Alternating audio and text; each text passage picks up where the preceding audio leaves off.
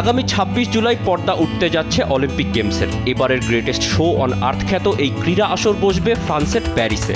১১ August শেষ হওয়া আসরে ২০৬ দেশের ১০,৫০০-এর বেশি অ্যাথলেট ৩২টি খেলার ৩২৯ ইভেন্টে অংশ নেবেন। অলিম্পিকের বৈচিত্র্যপূর্ণ নানা ইভেন্টের পাশাপাশি সবার আগ্রহ থাকে বিজয়ীদের পদক নিয়ে। কৌতূহল থাকে সেরা অ্যাথলেটদের দেয়া পদকের সবটাই কি সোনা থাকে, এর ওজন এবং মূল্যমানই বা কত। একইভাবে আগ্রহ থাকে রূপা এবং ব্রোঞ্জ পদক নিয়েও।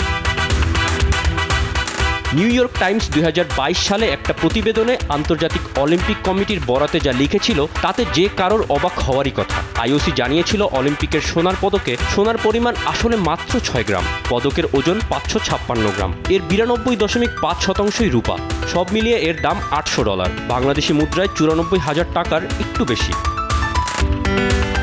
তবে রূপার পদকে অবশ্য পুরোটাই খাঁটি রূপা থাকে। এর ওজন ৫৫০ গ্রাম এবং দাম $৪৫০, যা বাংলাদেশি টাকায় প্রায় ৫৩,০০০ টাকা। ব্রোঞ্জ পদকের দাম অবশ্য বাংলাদেশি মুদ্রায় বলতে গেলে নামমাত্রই। এতে ৯৫% তামা এবং ৫% দস্তা থাকে।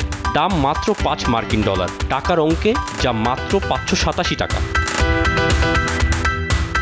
তবে এই পদকের আছে ঐতিহাসিক মূল্য। ২০২২ সালে ১৮৯৬ অলিম্পিকের একটি সোনার পদক নিলামে বিক্রি হয়েছিল। সেটির দাম উঠেছিল $১,৮০,০০০, বাংলাদেশি মুদ্রায় যা ২১,১৫৩,০০০ টাকা।